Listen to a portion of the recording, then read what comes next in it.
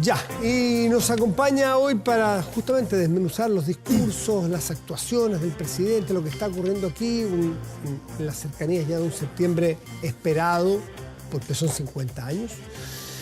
Nos acompaña Rodrigo Arellano, vicedecano de la Facultad de Gobierno de la Universidad del Desarrollo. Rodrigo, como siempre, gracias por acompañarnos. Muy buenas noches y muy feliz de estar acá en este día tan especial. Muchísimas gracias. Y don Marco Moreno, académico de la Escuela de Gobierno de la Universidad Central, también como siempre. Gracias, Marco, por tenerte aquí. Partamos por el discurso, por la gira. Y a ver, vamos a usar criterio periodístico para no tratar de decir qué le parece tal cosa de la gira, ¿no? ¿Qué es lo más destacable de la gira, Marco?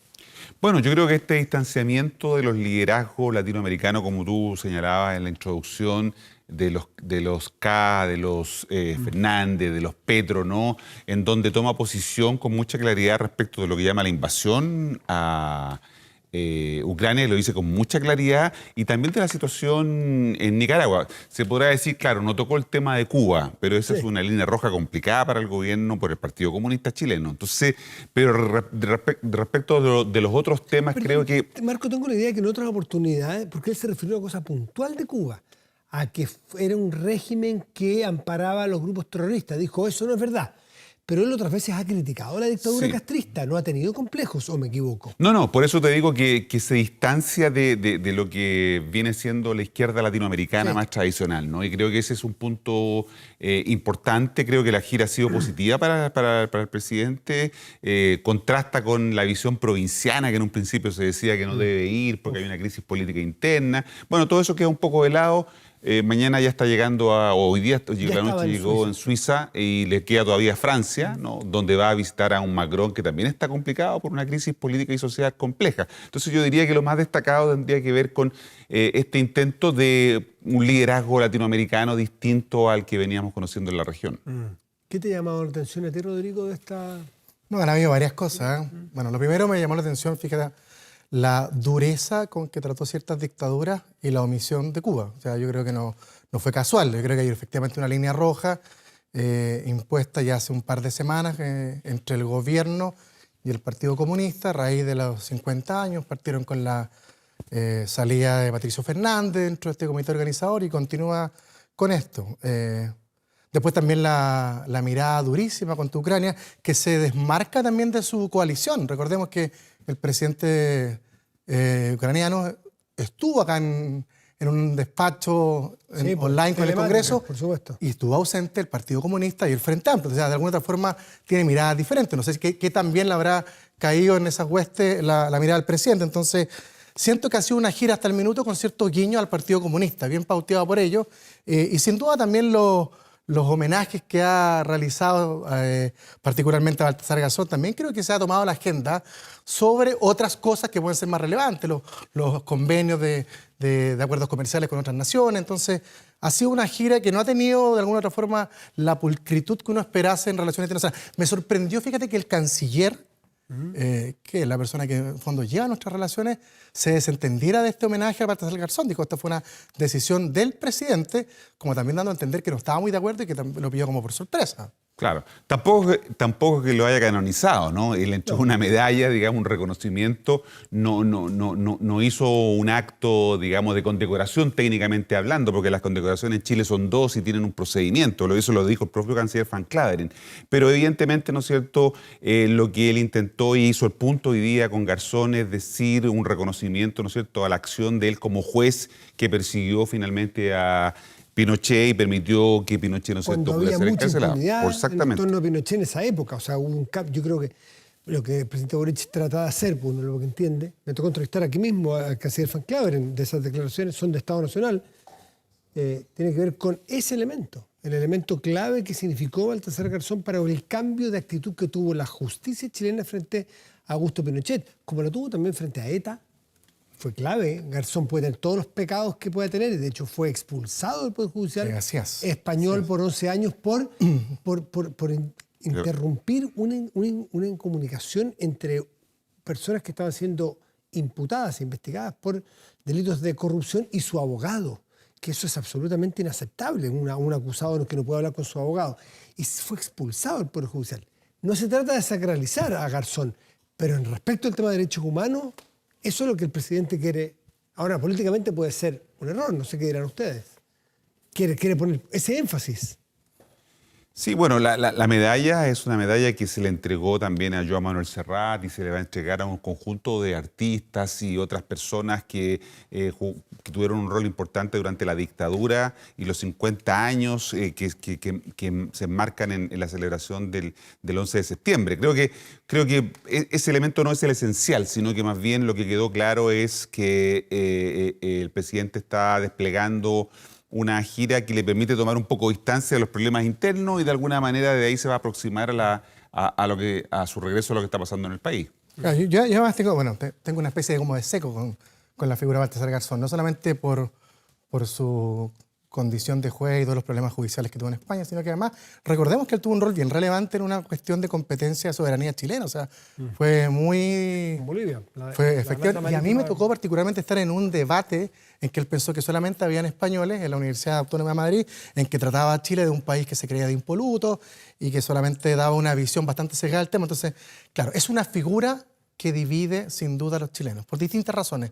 Y yo espero del presidente, en un país polarizado, con la crisis que vivimos, que trate de dar señales de unidad. Y creo que en eso se ha distanciado un poco el presidente Boric, desde mi mirada. El presidente hoy, después del cierre en CELAC, hace un punto de prensa y da la impresión que reconfigura un poco la invitación a esa carta común o al documento común de los 50 años, porque dice algo así como firmar los mínimos, de los cuales todos, mínimos civilizatorios, estoy un poco improvisando, no fue exacto, no lo tengo en la mano, donde todos tenemos que estar de acuerdo de que las violaciones de los derechos humanos son inaceptables. Y que es distinto a empezar a hablar sobre el golpe, porque sabemos que un segundo más atrás del golpe hay interpretaciones del golpe, que produjo todo el caso de Pato Fernández, pero sobre las violaciones de los derechos humanos, cuando se comprueban, es difícil encontrar a alguien que esté en contra. Sí, eso y lo que ocurrió el día sábado cuando habló con los empresarios y valoró lo que fueron los 30 años, ¿no es cierto? Sí, Que de alguna manera fueron el punto de quiebre y que dieron origen al estallido social, ¿no? Cuando se criticaba justamente esos 30 años. Habla de que, claro, el presidente entiende que la única verdad es la realidad, finalmente, ¿no? La realidad lo está obligando a tener una posición mucho más gradualista, mucho más moderada respecto de esa valoración de los 30 años y también, a propósito de lo que tú dices, de lo que es la conmemoración de los 50 años, ¿no? Y lo que eso significa, ¿no? Primero, muy fuertemente centrado en la figura de Salvador Allende, pero ahora, ¿no es cierto?, desplazándose hacia la valorización de los derechos humanos como una cuestión clave y fundamental, y lo señaló hoy día en su discurso de los 6 minutos en donde intervino en el marco de la CELAC Unión Europea. ¿Es posible, perdón, o es un error a juicio de ustedes que el presidente intente establecer un texto en el cual todo el arco político firme sin que todo el arco político participe de la construcción de un texto o una idea? Porque le han acusado de querer imponer una verdad. Y ahí por eso que él se echa un poco atrás y dice, no es mi idea, no es mi intención imponerle la verdad a nadie. Yo lo veo depende cómo igual va a ser el espíritu de esto. Si va a ser el espíritu de Carmen Hertz y compañía, que de alguna forma censuraron la acción de Patricio Fernández, que llamaba una reflexión, va a ser más complicado. Y en la medida en que él se abra a un espacio de reflexión de los distintos actores, creo que es bastante plausible y de alguna otra forma yo creo que puede ser un avance. Yo conozco varias declaraciones de partidos políticos, desde la UDI, Evópolis y la Democracia Cristiana, que de alguna forma condenan abiertamente las violaciones a los derechos humanos. Pero yo creo que la ciudadanía también espera una reflexión profunda en cuanto al cómo se dañan las instituciones, que fue también lo que nos llevó a la crisis institucional del 73. Y esa mirada, hasta el minuto, yo no la he visto por parte de gente que gobierna paralelamente con el presidente. Y eso es lo preocupante. ¿Cuál va a ser el espíritu que predomine en este texto? ¿Cuál va a ser el espíritu que predomine en la reflexión que yo creo que el país espera? Sí, probablemente el tema de la carta puede ser una situación que lleve a tensionar a los actores en relación a firmar o no el documento. A lo mejor eso puede generar más dificultades que facilitar una reflexión, como decía Rodrigo, respecto de lo que rodeó, ¿no es cierto?, al quiebre de la democracia. Entonces creo que a lo mejor ahí el presidente también va a tener que reflexionar si insistir en esa vía o si buscar otros mecanismos para poder generar este espacio en donde la ciudadanía sea convocada, ¿no es cierto?, a valorizar las instituciones democráticas, a condenar la violación a los derechos humanos y evidentemente a no a que la verdad debe seguir siendo un factor importante y la búsqueda de aquellos que están todavía detenidos, desaparecidos, ¿no? Tampoco puede cerrarse y cancelarse legalmente. Otro factor que siempre está en el análisis es la evolución, o para otros el zigzagueo, dependiendo de quién lo mire de manera crítica o manera benevolente, de las posiciones que toma el presidente sobre determinados temas. Marco acaba de mencionar la valorización de los 30 años, cuanto antes era, no son 30 pesos, son 30 años, pero también que el presidente Gabriel Boric haga o diga que el Estado o que los privados tienen mayor capacidad de innovación que el Estado, para una persona de izquierda, para una persona de esa cultura política, es novedoso, es llamativo. Pero algunos dicen, bueno, es que un día dice eso y otro día hace otra cosa. Un día va a la ENADE y agradece y felicita a los empresarios y en la noche hace la política nacional del litio y deja fuera la empresa privada. Entonces, ¿cómo ven ustedes? ¿Un presidente que evoluciona o que zigzaguea? Sí, yo creo que hay eso puede ser visto como una duda respecto de la identidad del presidente, ¿no? Estos cambios de opinión. A propósito de las elecciones españolas, que son el próximo domingo, ¿no?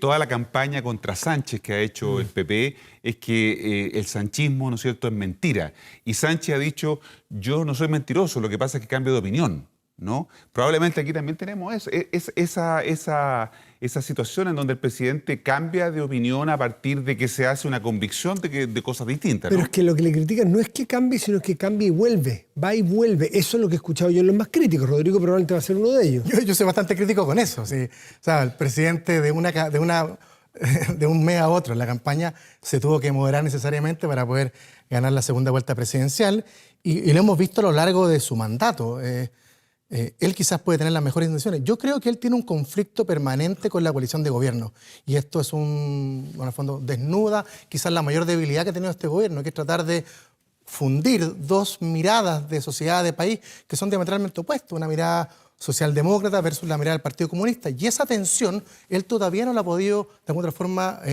resolver. Y lo vemos con declaraciones como la que tú señalaste. O sea, yo escuchaba esta declaración y no podía creer lo que estaba escuchando cuando hace un año atrás, de fondo, criticaba justamente estos 30 años, cuando sus ministros señalaban hace meses atrás que tenían un estatus moral superior a los años anteriores. Entonces, no solamente él, sino con quienes gobiernan, entregan esta dualidad. Pero ¿cómo se resuelve eso? ¿Ah? ¿Cómo se resuelve eso? ¿Que se haga la gran Gabriel González Videla? Porque esa es la verdad. Porque yo decía, ya, ok, déjame tomar tu punto, Rodrigo. Sincerémonos, Digo, no su problema, si fuese ese, voy a dar por buena tu tesis.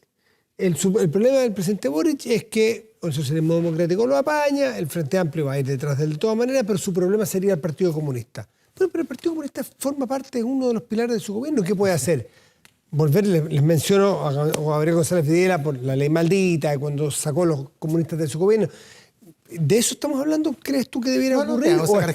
Pero a lo mejor sincerarse y de alguna forma, no solamente con su coalición, sino que su proyecto de país, en definitiva. Él no puede estar un día efectivamente alabando el crecimiento anterior y después destruyéndolo. No puede estar un día hablando lo importante que es el Estado y al día siguiente destruyendo o alabando el principio de subsidiariedad. Entonces, esa dualidad él tiene que solucionarla. Y no va a ser yo quien le dé las instrucciones, pero él va a tener que decidir con quién de alguna forma avanzar en esta ruta. Si de alguna forma ir con su núcleo más duro, que puede ser una opción súper legítima, o tratar de alguna forma de conciliar estas dos almas que hasta el minuto no lo ha logrado. Es posible que lo pueda hacer, pero no ha tenido la capacidad porque, en definitiva, él mismo quizás tiene esa disyuntiva. Él mismo tiene una mirada diferente que no ha logrado de alguna forma conciliar. ¿Sientes, Marco, tú que hay una incomodidad en mirada profunda del presidente Boric y el sector más de izquierda de su coalición o no? ¿Tú crees que a ratos sí él tiene coincidencias con ellos? No, a ratos tiene coincidencia y hay un sector, el Partido Comunista, que resiente a muchas cosas, ¿no? Daniel Jadot, el alcalde de Recoleta, ha sido duro en estas últimas intervenciones. ¿Qué duro? ¿Ha sido con los socialistas? Muy duro con los socialistas, también con la posición del presidente, porque él dice que hay una cuña donde dice él que no se puede construir futuro sin el pasado, ¿no? Y el liderazgo del presidente Boric es un liderazgo al que no estábamos acostumbrados, más bien adaptativo, ¿no? Si hubiera que definirlo de alguna manera, yo yo lo definiría así, ¿no? Un tipo de liderazgo que se va de alguna manera adaptando. Eso nos complica, porque claro, uno está acostumbrado al otro tipo de liderazgo tradicional, en donde los presidentes o los líderes tienen posiciones fijas y no se mueven de ahí. Pero pareciera ser que hoy día en un mundo complejo, cambiante, donde las cosas van mutando con mucha rapidez, es otro el tipo de liderazgo que se necesita, ¿no? y que el presidente de alguna manera está desarrollando. Pero claro, se enfrenta a que sectores de su propia coalición de gobierno, a veces no están de acuerdo con lo que él hace y cómo lo hace. El tema de los 30 años, la valorización que hizo frente a los empresarios en España, no cayó muy bien en un sector de la izquierda en Chile, ¿no? Y efectivamente han salido a criticar un poco esa manera en que el presidente toca un tema que para el país de todas maneras es importante. Pero no yendo tan lejos, o sea, él fue, acuérdate, en el acuerdo del 15 de noviembre fue uno de los pocos diputados del Frente Amplio, el Partido Comunista ni siquiera estuvo, que se sumó al acuerdo. Y eso le costó a él una sanción por parte de su partido. Fue como persona porque su partido no fue. Él firmó como persona y después fue sancionado con un mes de suspensión de militancia. Entonces, siempre ha tenido esa dualidad quizás de alguna otra forma entre ser más republicano con conciencia de la República versus lo que tiene su coalición. Y esa disyuntiva él tiene que solucionarla. Él está acá o está con esto. Y lamentablemente ya lleva casi 2 años de mandato, no ha logrado subsanar ese problema que se refleja en cada discusión relevante que ha tenido en el Congreso y en temas políticos en este país. Déjenme cambiarlo brevemente el tema de los minutos que me quedan. La figura del alcalde Jadwe, que apareció por aquí de soslayo por las críticas duras que le hizo al Partido Socialista, al propio presidente Boric.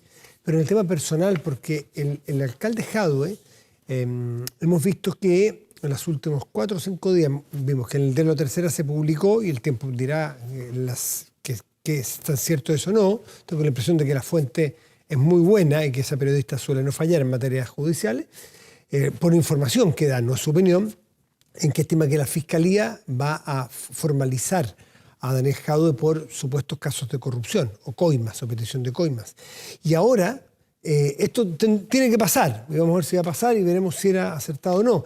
Pero esto que sí es muy cierto es que, un dato, que el Contralor General de la República, a través de un sumario que se le ha pedido y un informe, ha dicho que efectivamente hay irregularidades que son relevantes. Cito, comillas, el Contralor Jorge Bermúdez en contra de 10 funcionarios de la Municipalidad de Recoleta, entre ellos el alcalde Jadwe.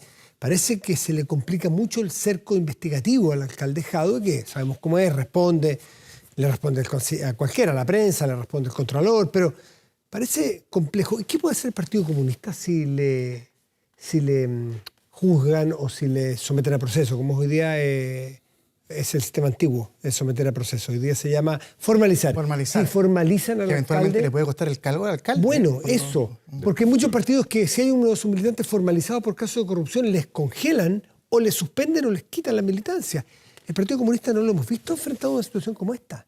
No, y es una prueba muy difícil para el PC, además en el momento en que estamos, ¿no? A puertas y cercanos al tema del 11 de septiembre. Esto puede ser una situación que puede complicar al partido. El liderazgo de él también queda seriamente cuestionado, ¿no? Recordemos que él tiene aspiraciones presidenciales, ¿no? Y por lo tanto, de alguna manera, esto puede afectar por lo menos dentro del Partido Comunista, puede afectar esas pretensiones que pueda tener el actual alcalde Jadwe, que no puede reelegirse, ¿no? Por el límite a la reelección, no puede volver a ser candidato a alcalde por su comuna, podrá ser candidato a diputado o senador, pero efectivamente esto creo que es una situación muy delicada, ¿no es cierto?, que se suma a lo de Revolución Democrática, y ahora el Partido Comunista con una cosa distinta podría evidentemente afectar la imagen de la izquierda en su conjunto, ¿no? A un año de las elecciones municipales, donde otra figura del Partido Comunista, como la alcalde de Santiago, también ha sido cuestionada por... Pero aquí efectivamente es grave porque la Contraloría, como tú dices, Matías, de alguna otra forma detectó después de un sumario graves irregularidades en distintos temas, control, uso de recursos. Ahora, yo tengo la sensación, fíjate, que durante estos años, después de la derrota... En el contexto de las farmacias populares también, ¿no? Sí, y además tiene otra arista, que es el tema ¿cómo se llama? De la luminaria. Entonces, puede estar muy complicada la figura, pero yo tengo la sensación, fíjate, que estos años de gobierno, la figura de Jadwe, post primaria, que perdió justamente con el presidente Boric, se ha ido debilitando. Alguien en La Moneda a lo mejor puede estar celebrando también estas, de alguna otra forma, medidas que ha tomado la Contraloría. No sé si tiene la fuerza que tenía Jadwe cuando se presentó a candidato por el Partido Comunista. Tengo la sensación que estos años de gobierno lo han debilitado a él dentro de la base del Partido Comunista. Sí, da la impresión de que está más solo en la política, que hoy día uno no asimila al Partido Comunista cuando habla Jadwe, ve que habla Jadwe. Mucho más potente la figura de Camila Vallejo, por ejemplo. Por ejemplo, el mismo que está hoy día de secretario general, porque tal vez está enfermo, es Lautaro Carmona. Sí. Y otros diputados que emergen, como el diputado Cuello, que emergen con Alejandra Plasencia. Cariola, la diputada Cariola. Exacto, la diputada Cariola, en fin. Bueno, pero es una figura que ha sido muy relevante, fue precandidato presidencial y está bastante cercado en investigación. Hay que tener, naturalmente, presunción de inocencia para él y para cualquier chileno o chilena. Bueno, las semanas complejas que siguen ocurriendo, y una miradita, ya viene una invitada que es consejera constitucional. ¿Cómo están viendo ustedes? Porque a la gente se le puede olvidar que se está pariendo una constitución que tendremos que votarla en diciembre. ¿Cómo ven ustedes que se está dando allí y también con la perspectiva de la votación de diciembre?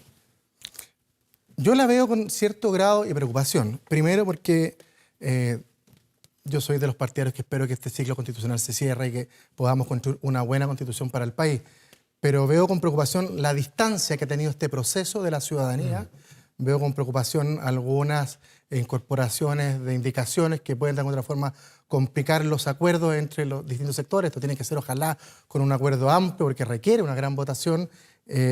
Ahora, creo que es una discusión que está de alguna otra forma avanzando. Hay algunas indicaciones que creo que pueden hacer mucho sentido para la ciudadanía. Yo celebro, por ejemplo, aquella que reduje el número de diputados, que hable de la libertad de los padres. Creo que esas indicaciones que pueden incomodar a la izquierda, de alguna forma pueden acercar a la ciudadanía a este proceso y de alguna forma también dar una salida. Veamos cómo avanzan estos días, porque efectivamente se presentaron más de 1000 indicaciones. Sí. Entonces, esta va a ser una... Y falta que discutamos las iniciativas populares, que también parten esta semana. Entonces, lo fundamental, yo creo que tiene que haber diálogo y ojalá más cercanía con la ciudadanía, que ve muy lejano todavía este proceso en razón o comparación con el primero. Sí, y las 1000 indicaciones contrastan con los 211 artículos que tiene el anteproyecto, ¿no? O sea, casi 4 veces... las enmiendas que los origen. 4 enmiendas por artículo en la práctica. Pero yo creo que Rodrigo tiene razón en el punto de que hay un riesgo, ¿no?, de que finalmente el texto constitucional, si se impone la visión de un sector, como pasó en el proceso anterior, termine, ¿no es cierto?, alejando a la gente y ya no sea una constitución que nos una, ¿no?, a los chilenos y a las chilenas, sino que sea una constitución partisana en donde un sector, el Partido Republicano, presentó más de 400 indicaciones, solo el Partido Republicano. De alguna manera eso haga, ¿no es cierto?, que no se busque la transversalidad, sino que se busque imponer una visión y eso termine a la gente distanciándola de lo que puede ser el resultado del proceso constituyente. Perdona, un segundito, pero si llega a pasar eso, vamos a tener en diciembre, vamos a suponer a 2 líderes, no los grandes, pero 2 líderes, Kast y Boric, nuevamente. Kast, si pasa eso y el Partido Republicano logra imponerse por los números que tiene, bueno, vamos a suponer que José Antonio Kast va a decir, votemos apruebo, o a favor, ya no se vota apruebo, es a favor o en contra. Votemos a favor. Y si pasa eso mismo, vamos, supongo, a tener al presidente Boric diciendo, votamos en contra, estamos en contra de este proyecto. Pero si estamos en contra de la pregunta periodística, la pregunta política, obvia el presidente Boric, decimos, ok, a usted no le gusta, tiene todo el derecho, o a su sector, va a estar en contra de este proyecto. Entonces, ¿qué constitución va a regir? ¿Va a regir la actual, la vigente? Porque si usted está en contra de la que le van a proponer, y esa es la que representa toda la necesidad de cambio, entonces se pone frente a una disyuntiva muy compleja. Claro, lo pone contra la pared justamente porque la otra opción, un acto de audacia, sería llamar a aprobar, ¿no?